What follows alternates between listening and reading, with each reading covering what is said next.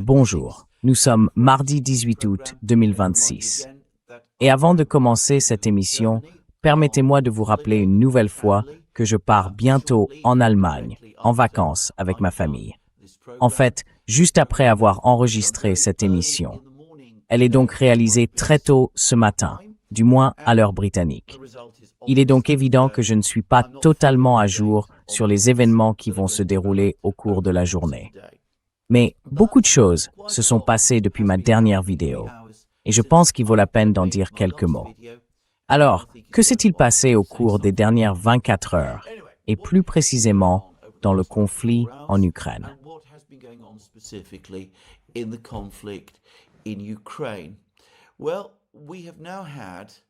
Eh bien, nous avons maintenant reçu un récit très détaillé de Redovka, un journal russe basé à Smolensk, proche de l'aile la plus nationaliste et patriotique de l'échiquier politique russe et farouchement favorable à l'opération militaire spéciale.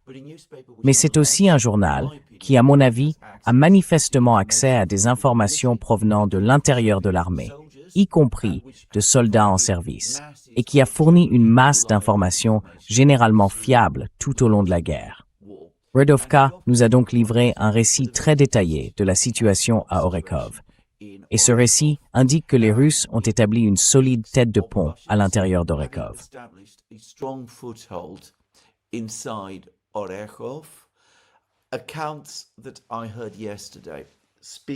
Des informations que j'ai entendues hier indiquent que 20% d'Orekov serait désormais sous contrôle russe. Et Redovka nous explique en gros comment cela s'est produit. Les forces ukrainiennes à Orekov et dans ses environs sont relativement peu nombreuses. Le commandement ukrainien supposait que les Russes ne chercheraient pas à entrer dans Orekov, même tant que les routes de ravitaillement vers la ville resteraient ouvertes. Résultat, les forces ukrainiennes présentes étaient principalement déployées pour protéger ces routes de ravitaillement.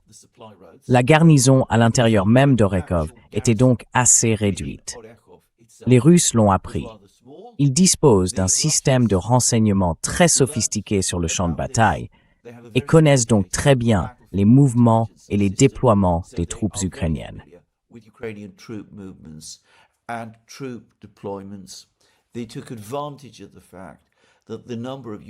Ils ont profité du fait que le nombre de soldats ukrainiens à Orekov était relativement faible. Ils s'en sont alors servis pour mener une attaque rapide, prenant le village de Novodanilovka, au sud d'Orekov. Puis, comme le dit Redovka, ils ont utilisé Novodanilovka comme un balcon, permettant de franchir le passage et d'entrer dans Orekov même. Et Redovka parle maintenant des forces ukrainiennes dans la zone, confrontées à un choix très difficile. Les différentes unités ukrainiennes qui gardent les routes de ravitaillement vont-elles être redéployées à Orekov même, afin de tenter de renforcer la garnison sur place, et peut-être de lancer une contre-attaque pour essayer de chasser les Russes. Redovka ne croit clairement pas qu'à ce stade des combats, cela soit possible. Ou bien vont-elles rester là où elles sont, à défendre les routes de ravitaillement, et laisser ce qui reste de la garnison d'Orekov se débrouiller seule.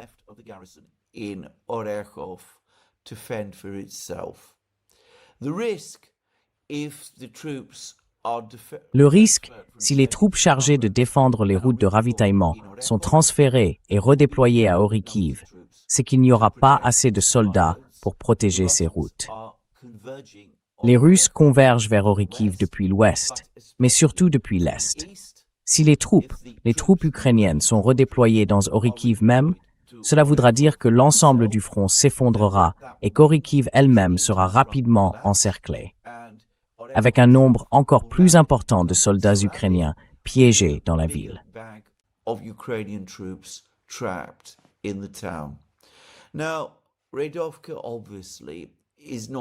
Bon, Redovka ne donne évidemment pas de conseils au commandement militaire ukrainien. Ce serait absurde de la part de ce camp-là.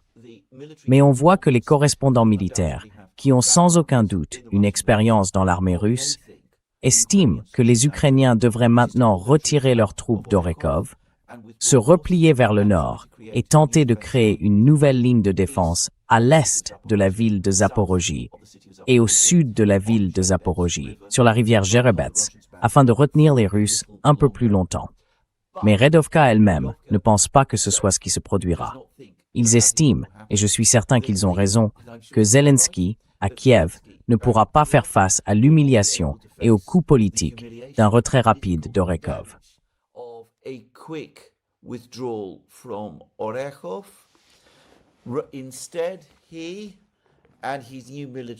Au lieu de cela, lui et son nouveau chef militaire, le général Drapati, feront ce que Syrski faisait auparavant et ce que Zaloujny faisait avant Syrski.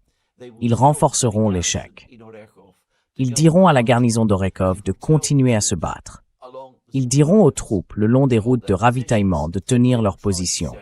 Ils essaieront d'envoyer davantage de renforts dans la zone depuis le nord. Ils feront ainsi en sorte que l'effondrement militaire, lorsqu'il surviendra, cause encore plus de dégâts et affaiblisse les forces ukrainiennes encore plus rapidement que ne le ferait la mesure logique consistant à se retirer d'Orekov. Quoi qu'il en soit, je ne doute pas qu'ils aient raison.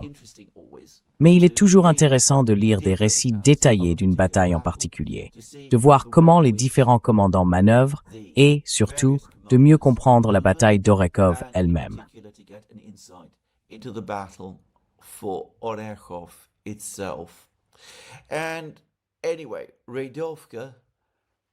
Et de toute façon, Redovka poursuit en disant que le sort d'Orekov est désormais scellé.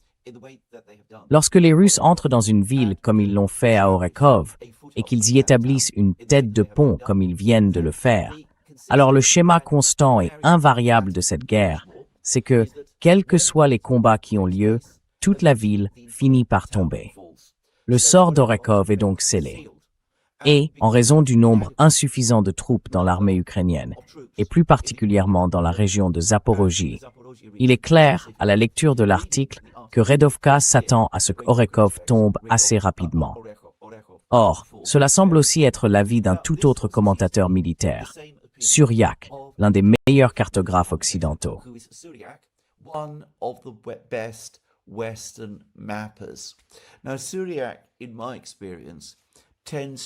Or, Suryak, d'après mon expérience, a généralement quelques semaines de retard sur les événements. Mais quand il indique qu'une ville, un village ou une zone de territoire en particulier est passée sous contrôle russe, il est si fiable que vous pouvez pratiquement considérer cela comme acquis. C'est une certitude. Cela finira par arriver. Suryak reconnaît désormais aussi que les Russes ont au minimum atteint Orekov et sont sur le point de pénétrer dans la ville. Comme je l'ai dit, à mon avis, il a toujours un peu de retard sur les événements, et il parle maintenant d'Orekov comme de la prochaine étape. La prochaine, c'est-à-dire après Konstantinovka. Son tour arrive lui aussi. Or, alors que nous approchons de la fin de la 5e année de la guerre, il est peut-être difficile de faire comprendre à quel point la chute d'Orekov va être un événement capital.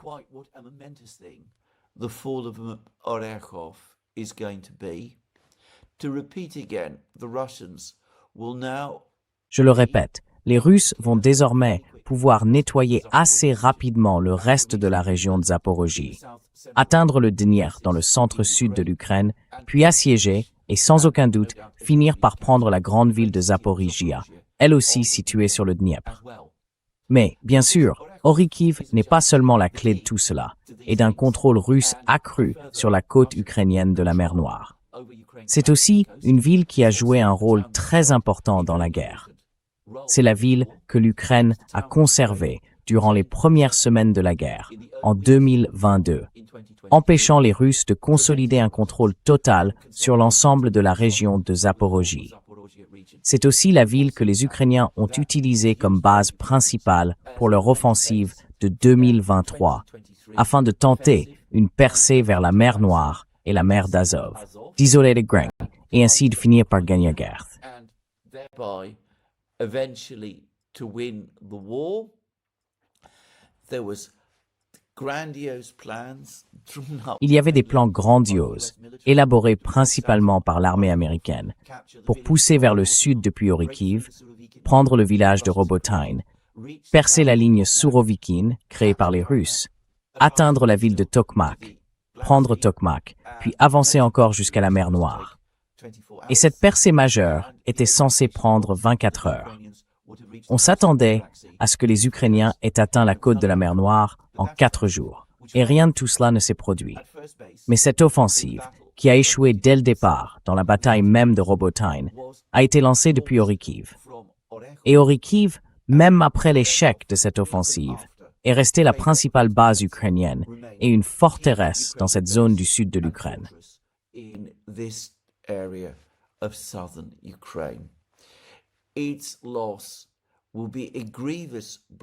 Sa perte porterait un coup terrible à l'Ukraine. Son importance serait peut-être comparable à celle de Pokrovsk, de Konstantinovka et de Bakhmut. Et, à certains égards, elle pourrait même être plus importante que la prise de ces villes. Quoi qu'il en soit, c'est la grande bataille qui se joue actuellement dans le sud de l'Ukraine, dans la région de Zaporizhia. Comme je l'ai dit, Orekov devrait probablement tomber bientôt. Une bataille similaire est aussi en cours à Dobropilya.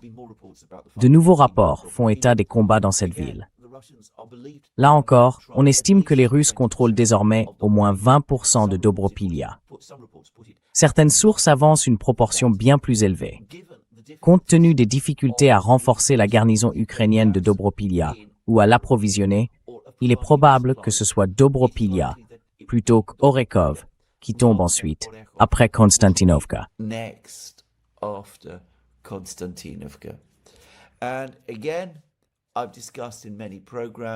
Et là encore, j'ai évoqué dans de nombreuses émissions l'importance de la prise de Dobropilya.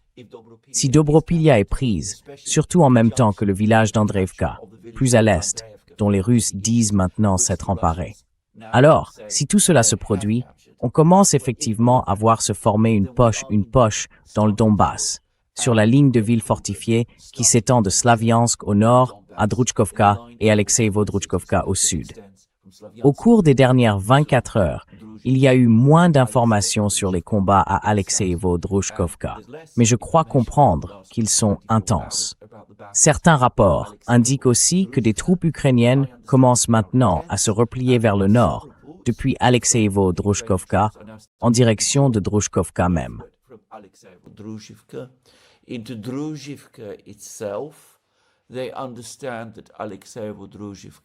Ils comprennent qu'Alexeyevo-Druchkovka est indéfendable.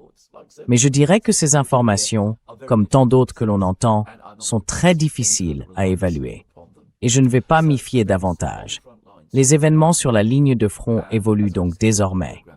Et comme je l'ai expliqué dans mon émission hier, le rythme des changements sur le front s'accélère progressivement.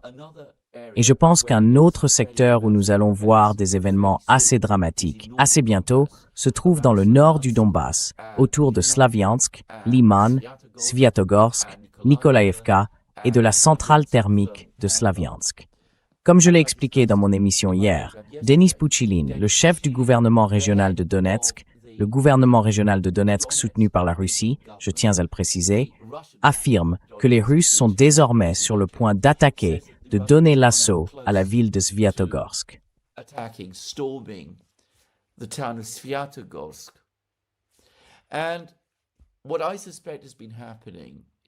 Et ce que je soupçonne de s'être produit dans cette zone du nord du Donbass, c'est qu'une bataille très importante y a eu lieu.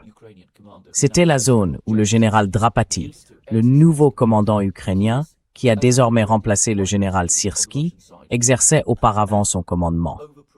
Comme je l'ai déjà dit, il est largement perçu du côté russe comme un commandant de brigade promu au-delà de ses compétences. Nommé à la tête d'une ligne de front de 1500 km. Il ne serait pas du tout surprenant que, connaissant la situation autour de Liman, de Sviatogorsk, du nord de Slaviansk et de Kupiansk, il reste dans sa zone de confort en concentrant son attention précisément sur cette zone où il était auparavant le commandant local. Qu'il consacre les ressources qui restent encore aux Ukrainiens à défendre leur position dans cette région. Parce qu'il connaît moins bien les combats ailleurs, à Zaporozhye, à Dobropilya et à Kramatorsk.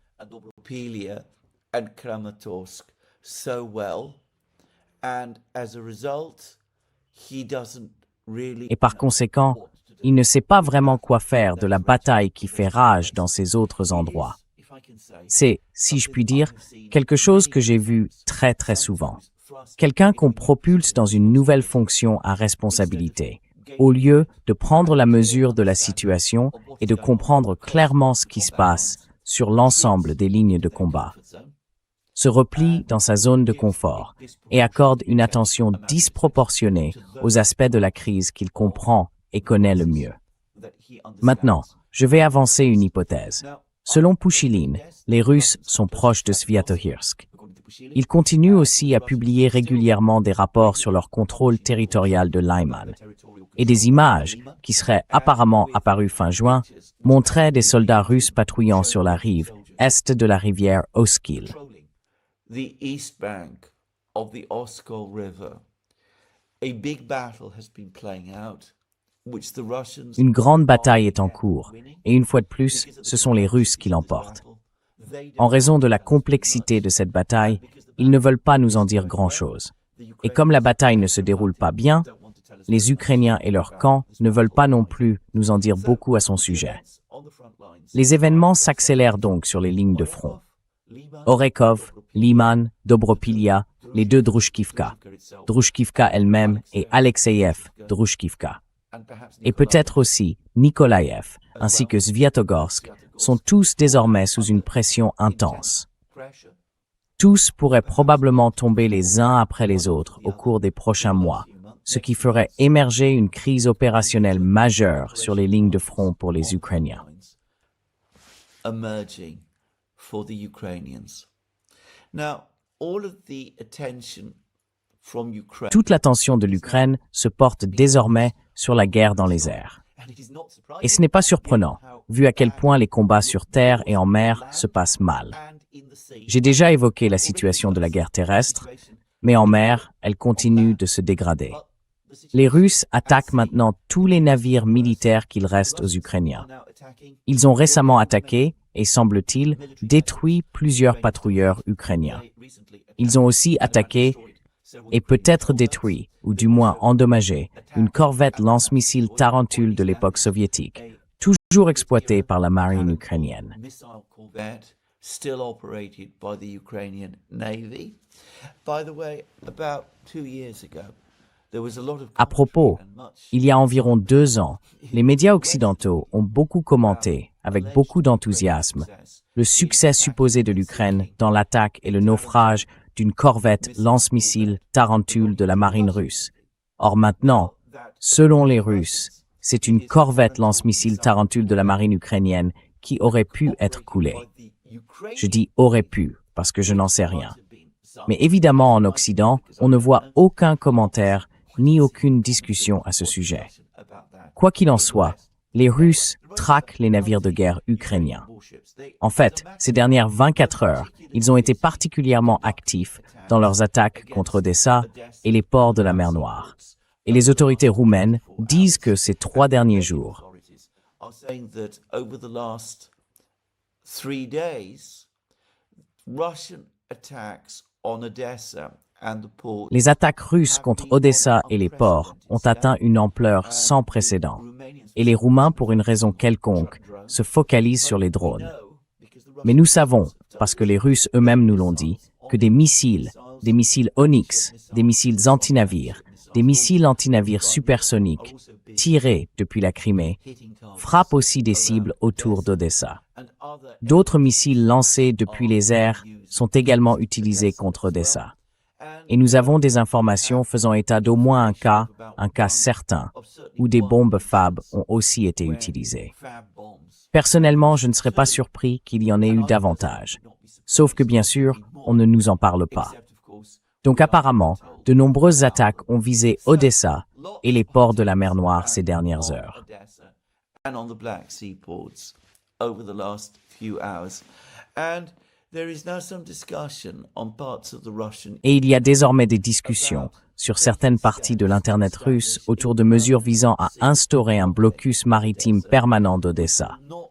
Cela ne nécessiterait pas de répéter les attaques du type de celles que nous observons pour maintenir ce blocus. Et la manière de le faire, paraît-il, serait de couler des navires dans les chenaux menant à Odessa. Cela rendrait impossible l'entrée ou la sortie des navires d'Odessa à cause de la présence de ces épaves. Je ne sais pas très bien comment les Russes pourraient y parvenir. Ils ne pourraient sans doute pas envoyer un navire puis le couler sur place, car les Ukrainiens pourraient résister. Et je suppose que les navires marchands ukrainiens, je vais les appeler ainsi, parce que je pense que c'est principalement ce qu'ils sont désormais, comme je l'ai déjà dit.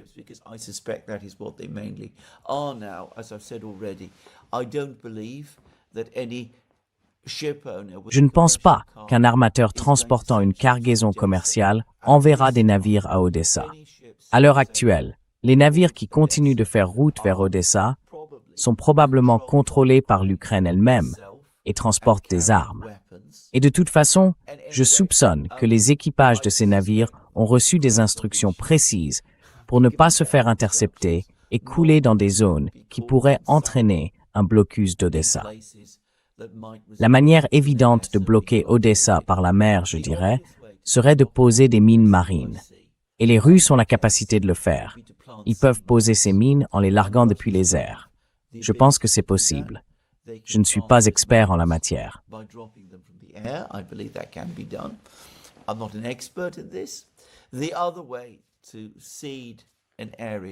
L'autre moyen de miner une zone, c'est d'utiliser des sous-marins. Or, les Russes disposent d'une force sous-marine importante en mer Noire. Et personnellement, je ne serais pas surpris que dans les prochains jours, quelque chose de ce genre commence à se produire. Quoi qu'il en soit, les Ukrainiens ne veulent pas parler de ce blocus de leur côte sur la mer Noire, qui est une catastrophe pour eux à plusieurs niveaux, comme je l'ai longuement expliqué dans de nombreuses émissions. Ils veulent plutôt que nous nous concentrions exclusivement sur la guerre dans le ciel. Mais là encore, comme je l'ai déjà expliqué, l'offensive de drones, l'offensive de missiles contre la Russie ne se déroule pas particulièrement bien.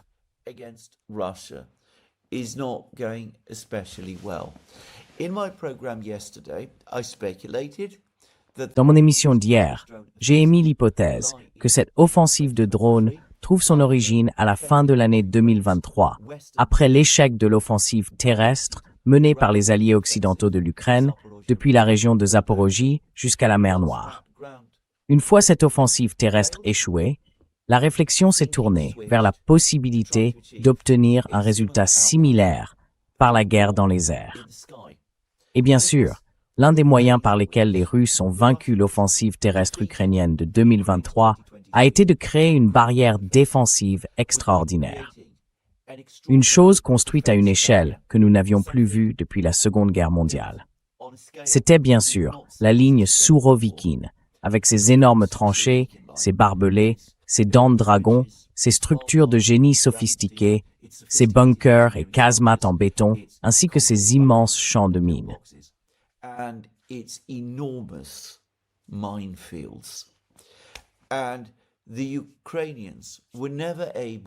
Et les Ukrainiens n'ont jamais réussi, en 2023, à percer une quelconque partie de la ligne Sourovikine, le grand bouclier défensif de la Russie dans cette zone, dans la région de Zaporojie, au nord de la mer Noire.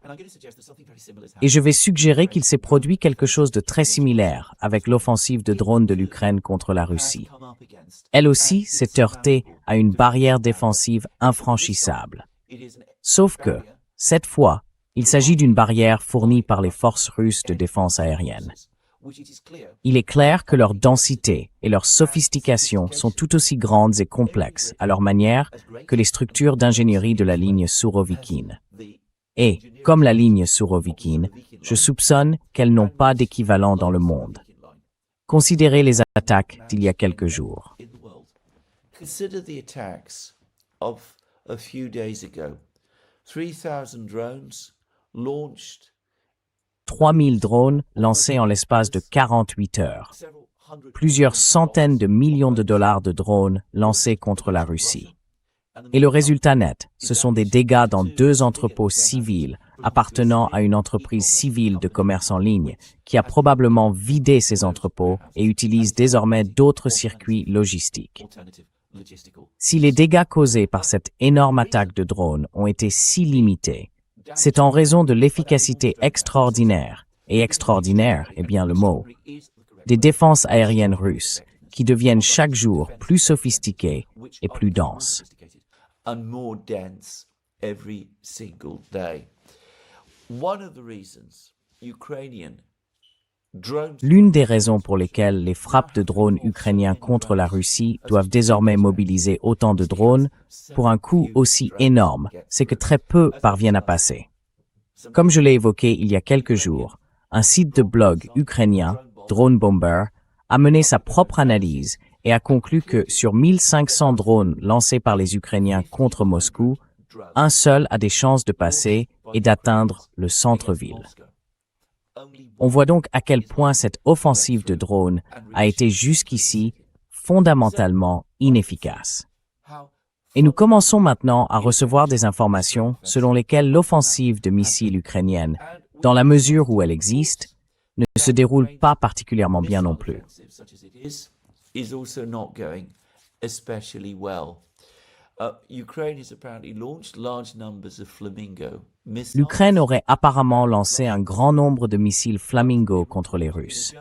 Mais un article publié dans un magazine allemand affirme que, grâce aux avions de détection et de commandement aéroportés A-50, ainsi qu'à l'emploi d'intercepteurs de défense aérienne, les Russes parviennent à abattre la grande majorité de ces missiles Flamingo.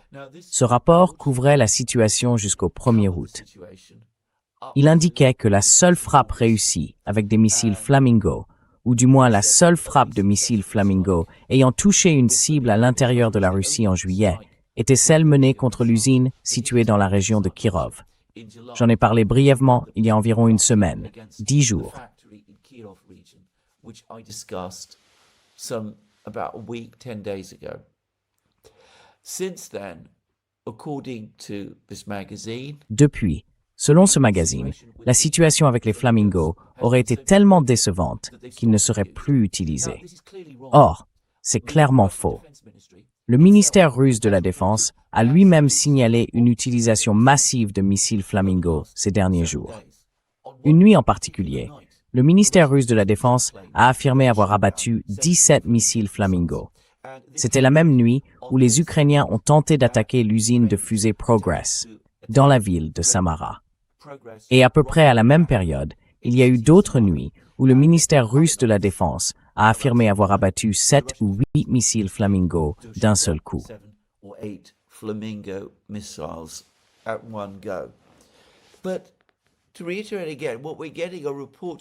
Mais je le répète encore une fois, ce que nous recevons, ce sont des informations russes faisant état d'interceptions réussies et de missiles Flamingo abattus.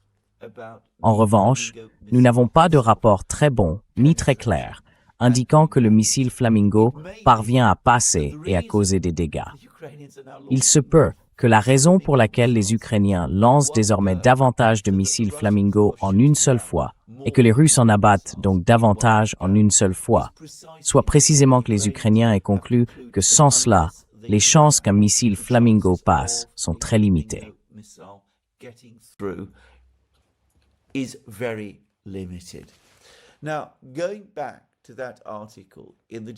Pour en revenir à cet article dans les médias allemands, il expliquait que le principal système d'armes que les Russes utilisent pour abattre le missile Flamingo, c'est l'avion AWACS A-50 Beriev.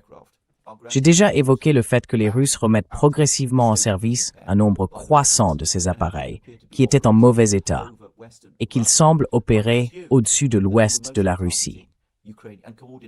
J'avais supposé qu'ils visaient surtout l'Ukraine et qu'ils coordonnaient la destruction de drones ukrainiens.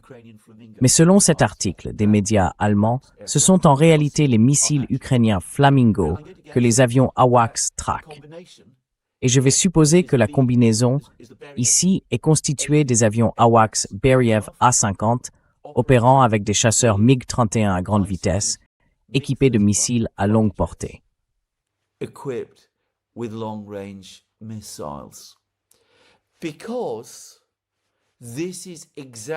Car c'est précisément pour contrer ce défi que ces deux systèmes d'armes, le Beriev A-50 et le MiG-31, ont été développés à l'origine, à la fin des années 70 et au début des années 80. En fait, je me souviens encore que, au tout début des années 80, la revue militaire britannique Jane's, qui était alors considérée comme la Rolls-Royce des publications d'analyse militaire, rapportait que les services de renseignement occidentaux avaient détecté un essai, c'était vers 1980, au cours duquel un prototype de chasseur MiG-31, guidé par un prototype d'avion AWACS Bereave A-50, avait abattu un missile de croisière, un missile leurre. Les Russes avaient développé ce missile leurre pour imiter les caractéristiques des missiles de croisière américains Tomahawk, qui à l'époque auraient été déployés en Europe occidentale avec des ogives nucléaires.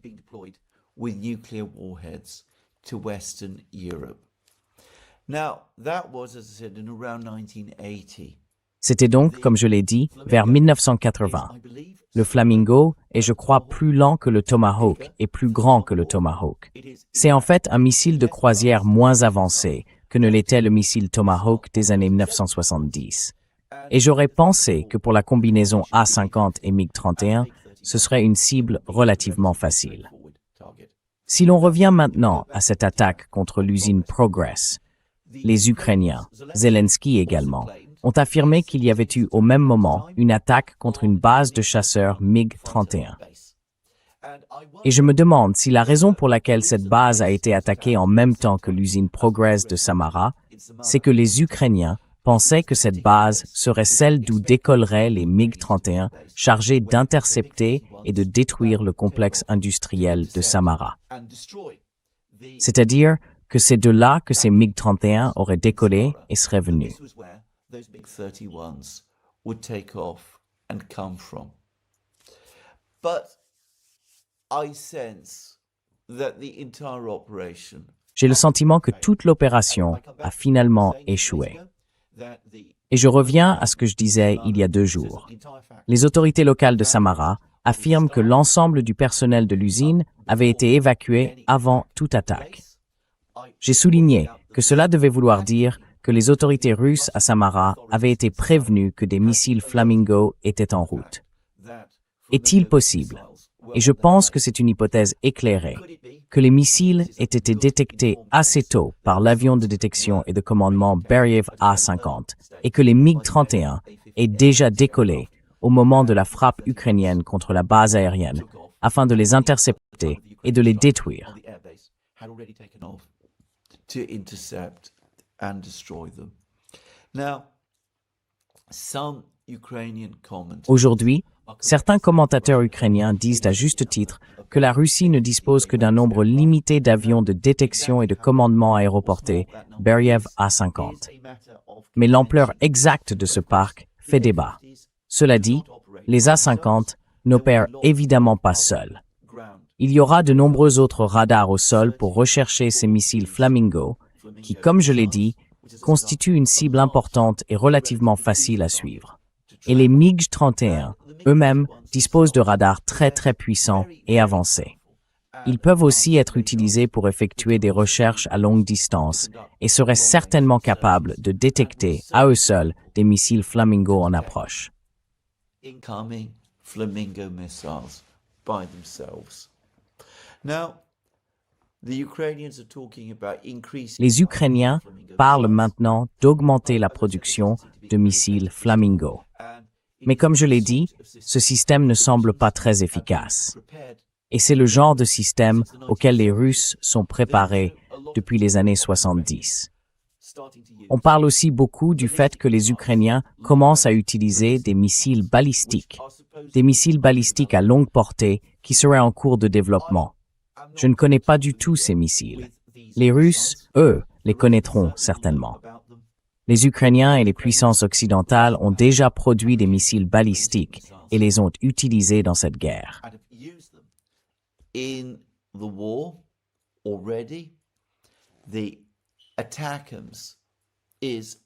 L'ATACMS est un type de missile balistique. La défense aérienne russe a montré à plusieurs reprises qu'elle n'avait aucune difficulté à contrer ce type de missile. Aucun d'entre eux, bien sûr, ne sera hypersonique. Voilà. Il me semble que, tout comme l'offensive d'été ukrainienne de 2023 a été défaite par les Russes sur la ligne Surovikine, cette offensive de drones menée par les Ukrainiens est, elle aussi, finalement défaite par les Russes, grâce à l'énorme profondeur et aux compétences de leur système de défense aérienne. Cela n'empêche pas les Ukrainiens, pour le moment, de continuer à essayer. That doesn't stop the Ukrainians for the moment trying. And they have now, it seems to me, Et ils viennent maintenant, me semble-t-il, de rompre ouvertement la promesse qu'ils auraient faite aux Américains concernant les attaques contre des navires chargeant du pétrole au terminal pétrolier Caspien, dans le port russe de Novorossiysk, sur la mer Noire. Car un pétrolier grec a récemment chargé du pétrole dans ce port. Il quittait Novorossiysk, qui est désormais extrêmement bien défendu, dois-je préciser, et se trouvait en mer Noire, en route vers les Dardanelles. Le pétrolier appartenait à des Grecs et était, à ce que je comprends, majoritairement exploité par un équipage grec. Mais malgré cela, des drones ukrainiens, en violation de la promesse prétendument faite aux États-Unis, ont attaqué ce pétrolier en mer Noire en haute mer.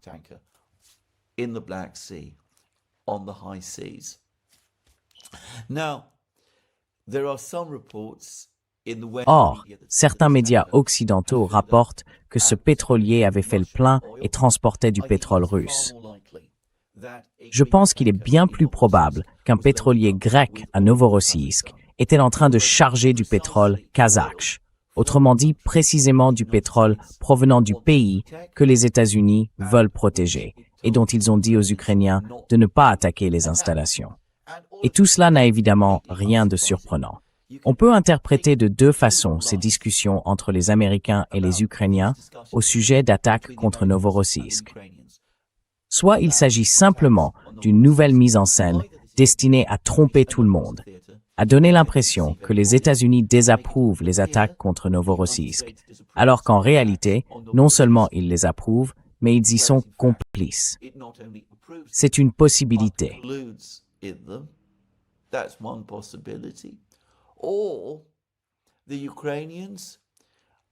Ou bien, les Ukrainiens promettent aux Américains qu'ils n'attaqueront pas les pétroliers qui chargent du pétrole à Novorossiysk, mais n'ont aucune intention de tenir cette promesse.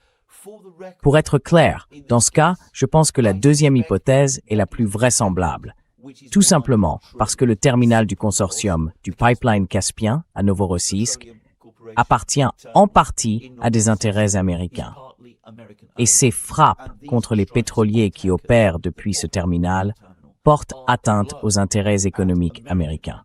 Et j'ai toujours du mal à croire qu'un quelconque gouvernement américain, et peut-être surtout celui-ci, l'actuel, qui est très très proche de l'industrie pétrolière aux États-Unis, que cette administration puisse être complice d'une manœuvre destinée à permettre aux Ukrainiens d'attaquer des pétroliers transportant du pétrole dans lequel ces mêmes compagnies pétrolières américaines ont des intérêts.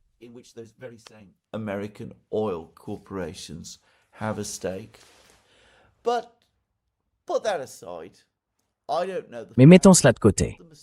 Je ne connais pas les faits, mais mettons-les de côté. Au bout du compte, quelle différence cela fait-il? Il n'y a jamais eu la moindre chance qu'une quelconque promesse ukrainienne qu'elle ait été faite avec duplicité ou sincèrement de cesser d'attaquer Novorossiysk soit tenue. Les Ukrainiens ont attaqué Novorossiysk depuis qu'ils ont soi-disant fait cette promesse. Ils ont maintenant de nouveau attaqué des pétroliers qui avaient chargé du pétrole à Novorossiysk, en violation apparente de cette promesse. Que vont faire les Américains? What are the Americans going to do? They're going to do absolutely nothing. They're going to look. Ils ne vont absolument rien faire. Ils vont détourner le regard pendant que les Ukrainiens continueront d'attaquer les actifs d'entreprises américaines.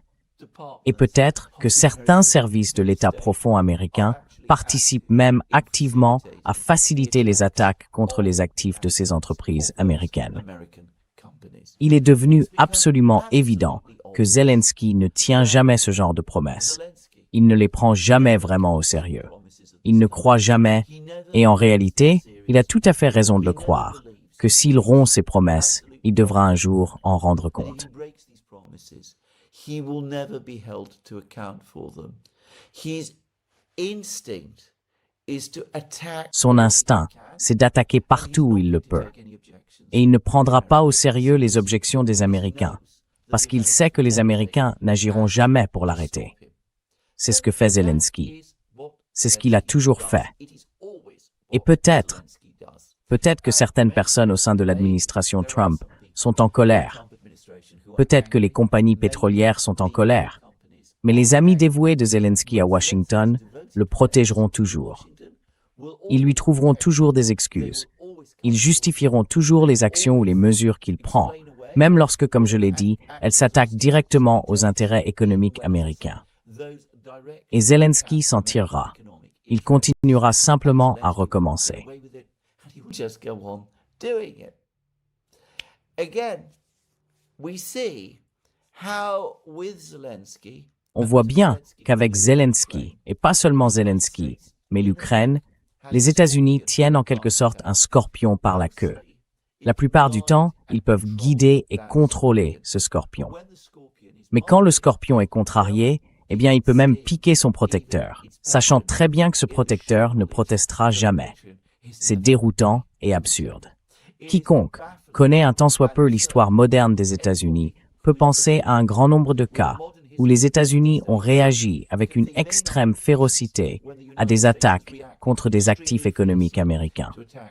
Et ce, pour des attaques bien moins graves que celles que nous voyons aujourd'hui venir d'Ukraine en mer Noire.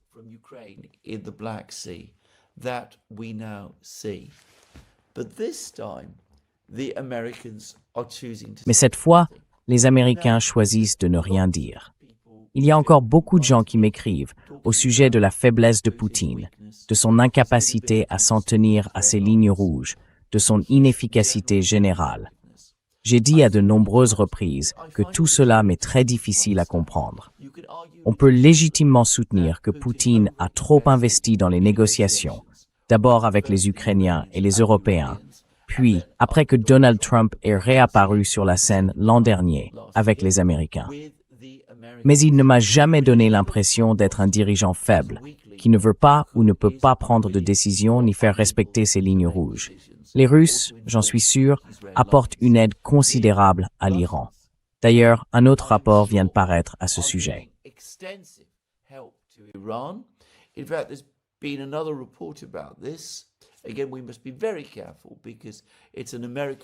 Là encore, nous devons être très prudents parce qu'il s'agit d'un rapport américain. Et les personnes qui l'ont rédigé sont manifestement hostiles à l'Iran, mais aussi à la Russie. Elles semblent vouloir exagérer le niveau de coopération qui existe réellement entre les Iraniens et les Russes. Mais il me semble qu'il y a de solides raisons de penser que les Russes fournissent effectivement aux Iraniens des modules de guidage pour améliorer la précision de leurs drones Shahed, et qu'ils ont formé des opérateurs iraniens de drones. Les Russes jouent aussi, semble-t-il, un rôle important en fournissant à l'Iran des capacités de ciblage et en renforçant et en maintenant ouverts les programmes de missiles iraniens.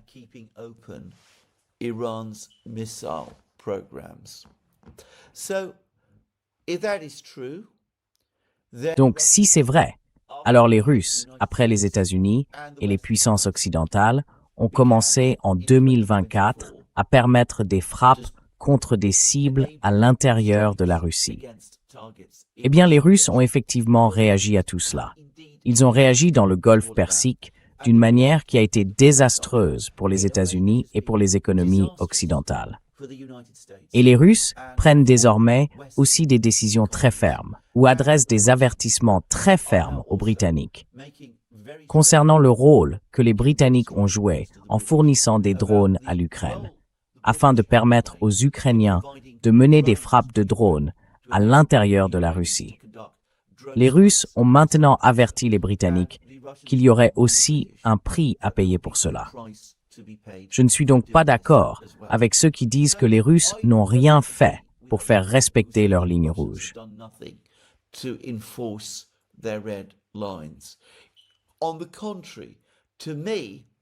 it seems Au contraire, moi j'ai l'impression qu'ils ont fait énormément de choses, avec des effets dévastateurs. and that this partly Et cela explique en partie, je ne dis pas que ça explique tout, ni que c'est l'explication principale, the United States mais cela explique en partie pourquoi les États-Unis se trouvent aujourd'hui dans une position si difficile dans le Golfe Persique. going back to my Mais pour revenir à mon point sur la faiblesse, qui paraît le plus faible aujourd'hui, more week. les Russes, qui bombardent Kiev, détruisent les infrastructures ukrainiennes, progressent à Kramatorsk, Druzhkivka, Orikhiv et Dobropilya, et probablement aussi dans le nord du Donbass, ainsi que dans toutes sortes d'autres endroits, et qui ont probablement fourni toute cette technologie et toute cette aide à l'Iran. La Russie, qui paraît faible, qui est incapable de faire respecter ses lignes rouges, les Russes, qui font toutes ces choses, ou les Américains, qui soi-disant disent aux Ukrainiens d'arrêter d'attaquer la Russie. The Ukrainians to stop attacking components of the Caspian petroleum. Les attaques contre des installations du terminal maritime du consortium du pipeline de la Caspienne en mer Noire ont arraché aux Ukrainiens la promesse qu'ils ne mèneraient pas ce genre d'attaque.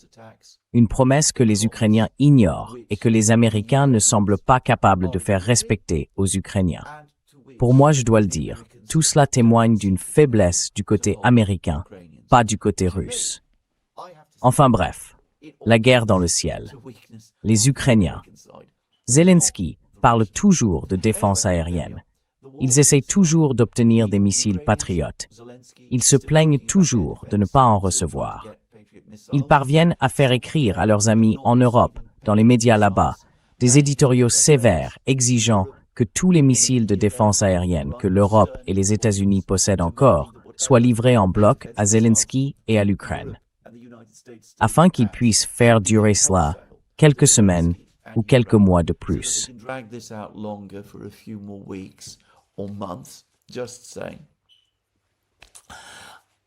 C'est tout ce que je dis.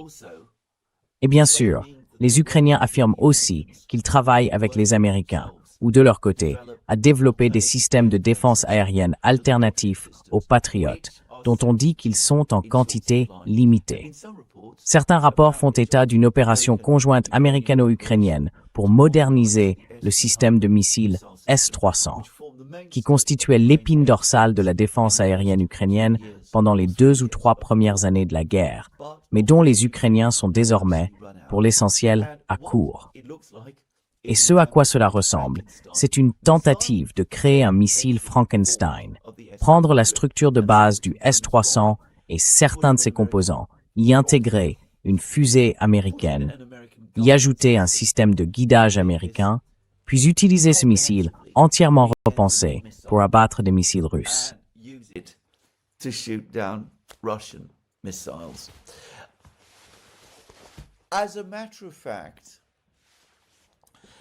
En fait, les États-Unis et les Ukrainiens ont déjà tenté par le passé de créer précisément ce genre de missiles hybrides, ces missiles Frankenstein. Il y a eu par exemple un projet il y a quelques années consistant à utiliser des lanceurs de missiles Buk ukrainiens datant de l'Union soviétique, mais pour lancer des missiles américains Sparrow de défense aérienne. Ces derniers auraient été guidés vers leur cible par les anciens radars soviétiques des lanceurs Buk. Apparemment, quelques exemplaires de ce système Frankenstein ont été déployés aujourd'hui. Mais on en entend très peu parler. Et cela laisse fortement penser qu'ils ont été, pour la plupart, inefficaces. Et bien sûr, c'est presque certainement le cas, car toute modernisation en profondeur d'un système de défense aérienne, et cela arrive, demande beaucoup de temps et beaucoup d'efforts.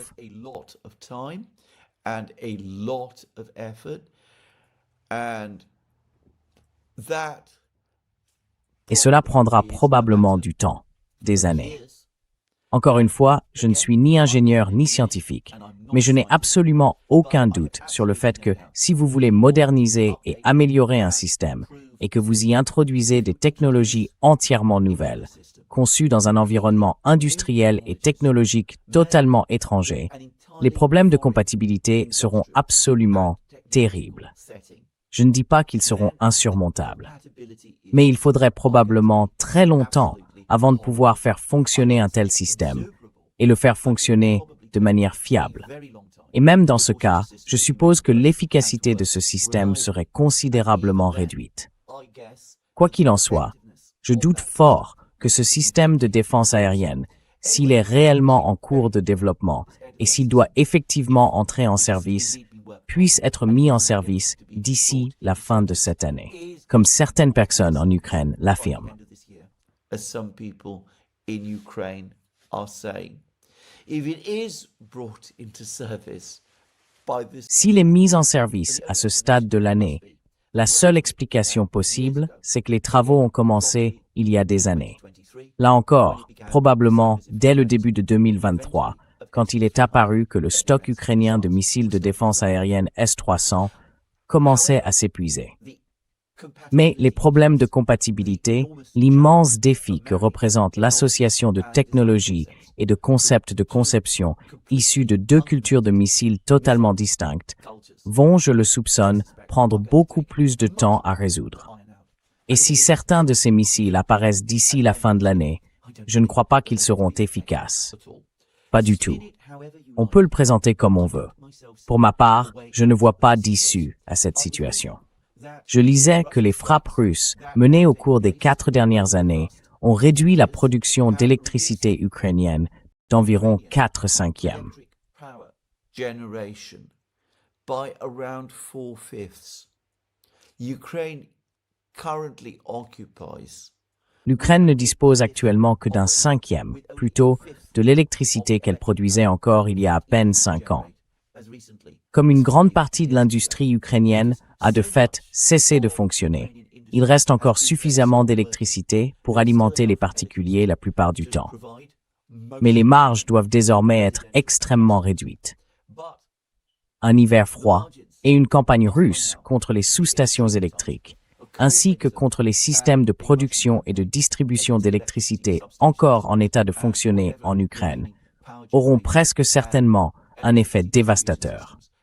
Et l'Ukraine manque d'hommes, tandis que son haut commandement a été désorganisé par les récentes batailles politiques et les remaniements.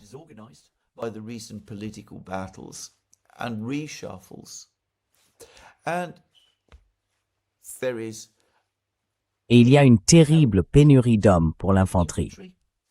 Les méthodes de recrutement brutales ne font qu'atténuer ce problème dans une certaine mesure, tout en risquant davantage encore de braquer et d'aliéner une part plus large de la société ukrainienne. Présentez cela comme vous voudrez. Il ne me semble pas qu'il existe de solution efficace à aucun de ces problèmes qui s'accumulent pour l'Ukraine. Je pense que les initiatives diplomatiques européennes dont j'ai parlé dans mes 2 dernières émissions ne vont pas améliorer la situation. Je pense que la pression économique sur les Russes a visiblement échoué. L'offensive de drones a échoué, tout comme l'offensive de 2023 à Zaporozhye a échoué. Et les Russes font maintenant pression sur Orekov et Dobropilya, et à terme sur Kramatorsk. ultimately Kramatorsk. Perhaps in a Peut-être que, dans une situation comme celle-ci, le meilleur conseil serait de dire à M. Zelensky, « Vladimir, il est temps que tu commences à faire tes valises. Une belle retraite t'attend à Nice ou à Miami, là où tu voudras aller. Mais tu ne peux pas rester là où tu es beaucoup plus longtemps. Le simple fait que tu existes garantit que les Russes refuseront de négocier. Et sans gel du conflit, qui ne peut être obtenu que par la négociation, ton pays est condamné. Alors il est temps, Vladimir, de faire tes valises et de partir. » Bien sûr, si Zelensky était confronté à une telle exigence, il y résisterait sans doute. he would undoubtedly resist it. But for the record, I believe that the power Mais pour mémoire, je pense que la puissance de l'Occident collectif reste largement suffisante pour que si une telle exigence était adressée à Zelensky, il soit finalement obligé de s'y plier. Mais bien sûr, cela ne va pas arriver. Les Européens continuent de soutenir Zelensky. Donald Trump ne l'apprécie manifestement pas beaucoup, mais lui non plus ne va pas faire ce que je viens de dire. Zelensky va rester au pouvoir à Kiev, et il va rester Zelensky. Eh bien, la conclusion générale de tout cela, c'est que malheureusement, l'Ukraine va devoir payer un nouveau prix terrible et qu'à l'heure actuelle, elle semble condamnée. And at this moment in time looks doomed. Anyway, this is where I'm going to finish today's Quoi qu'il en soit, c'est ici que je vais terminer l'émission d'aujourd'hui. Je vous rappelle une nouvelle fois que vous pouvez retrouver toutes nos émissions sur nos différentes plateformes, Locals, Rumble, X et Substack. Vous pouvez soutenir notre travail via Patreon et Subscribestar, ainsi qu'en vous rendant sur notre boutique. Les liens sont sous cette vidéo. Enfin, n'oubliez pas de cliquer sur le bouton j'aime et de vérifier votre abonnement à cette chaîne si cette vidéo vous a plu. Ma prochaine émission sera depuis l'Allemagne. Je ne sais pas exactement quand elle sera publiée, mais je la ferai dès que possible. D'ici là, passez une très bonne journée. Until then, have a very good day.